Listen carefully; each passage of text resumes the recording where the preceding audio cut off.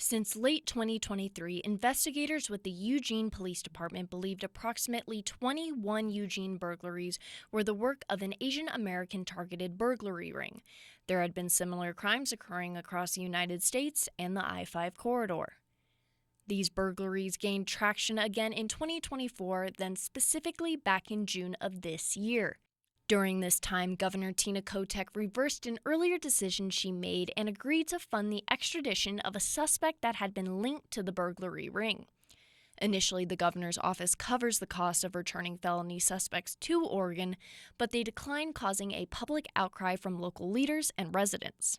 During this time, EPD said the burglary ring struck at least 13 homes in Eugene and 4 in Springfield, all targeting Asian American families. Then back in August of this year, another burglary was committed in the Laurel Hill area. Then just a few weeks later, 2 additional incidents were reported in the North River Road area. These burglaries struck fear in the Eugene and Springfield Asian American communities.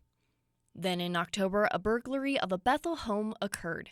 During the times of these burglaries, EPD had made some successful past arrests, which had also been linked to similar crimes in other jurisdictions.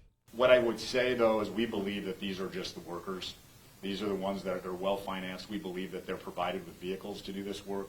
They're provided with some direction from somewhere to target these different individuals. It's probably not a shock that when you think about the burglaries that are happening, they're up and down the I-5 corridor. When you think about the ingress-egress.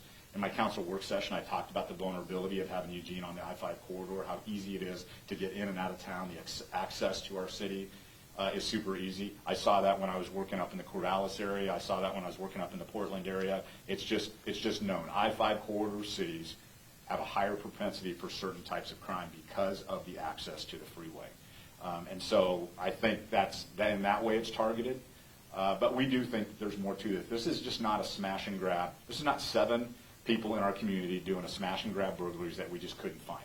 Trust me, we would have been well ahead of the game if that was the case. This is a well-financed, well-organized, very sophisticated tactically around how they conduct surveillance, use multiple cars, switch license plates, all of that stuff.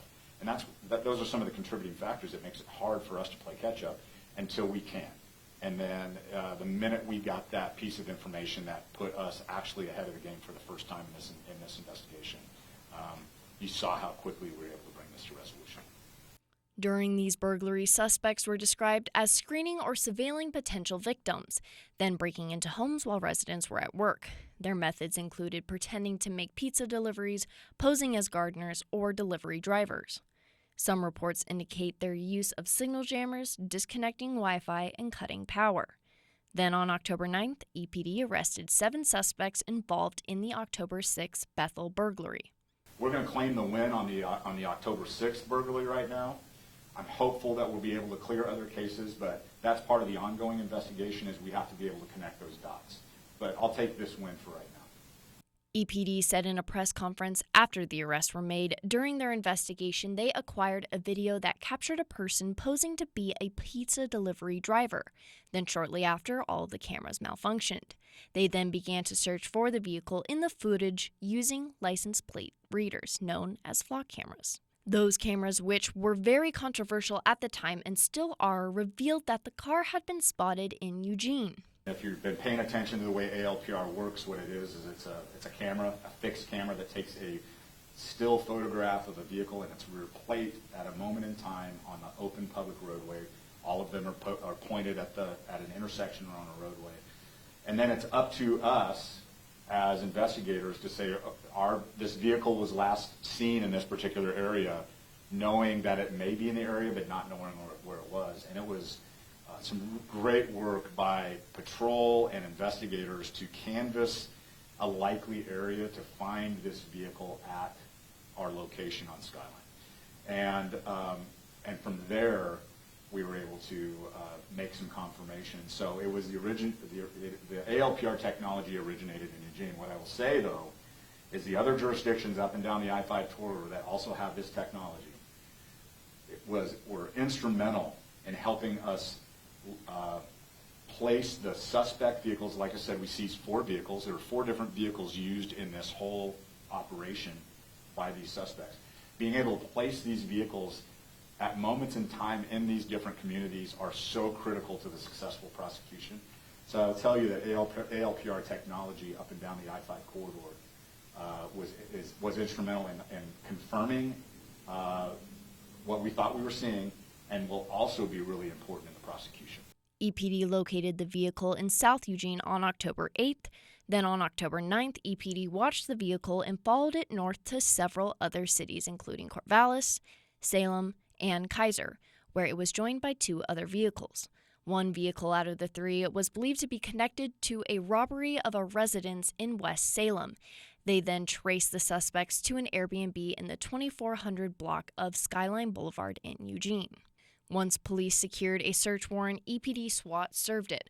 Upon the initial announcement of the warrant, at least 7 people fled from the residence but were later apprehended. They arrested the following for burglary in the first degree and conspiring to commit burglary: 27-year-old Stephen Alexander Quiroga Solano, 31-year-old Robinson Camacho Rodriguez, 26-year-old William Steven Rodriguez, who will later show up in court documents as William Estevan Rodriguez Gaviria, 24-year-old Denison Martinez, who will also later show up in court documents as Denison Martinez-Grandas, 27-year-old Jensen Quintero, 44-year-old John Alexander Quintero, and 24-year-old John Quintero.